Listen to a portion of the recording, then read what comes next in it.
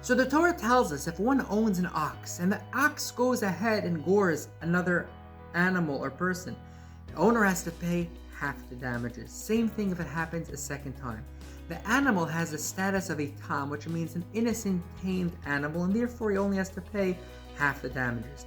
If, however, the ox goes and gores someone for a third time, then it's considered a muad, which means the owner was warned, and therefore he will have to pay for the full damages. Here's the question.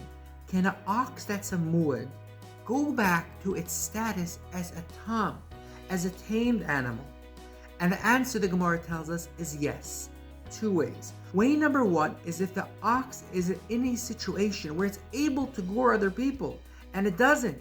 It's actually so tame that it's able to walk around and the children can play around the ox, and it's not aggressive. We see that the animal is changing its character. So then it goes back to the status of a tam. Another way the muad can go back to its previous status is called mishane makim.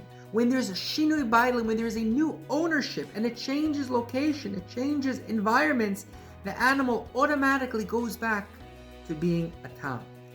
Now, most of us don't have wild oxen running around. So what does this law in the Torah have to do with us today?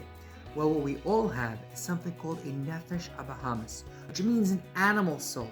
A soul that's just selfish and wants worldly, pleasurable things. Now, sometimes our animal soul goes out of whack. It's out of control. It's like a muad. So here's the $1 million question. Can a wild, uncontrolled animal soul, a muad, go back to the status of a tam, of a controlled, tamed animal soul? And the answer is yes. One way is in every situation I'm in, I'm going to fight and do whatever I can to listen to my nefesh elikis, to my godly soul, and to do what Hashem wants. That's going to be very challenging. It's hard, but step by step until it's tamed once again.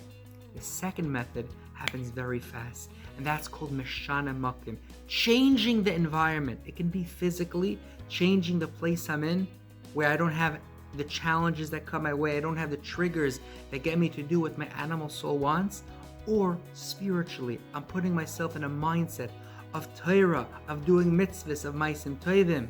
In such an environment, a person becomes a tam. A person has his nefesh habahamis, his animal soul, control and tamed. May you have much success in your service to Hashem, and may you listen very well to your godly soul and have that nefesh habahamis under control, and it also doing what Hashem wants. All the best.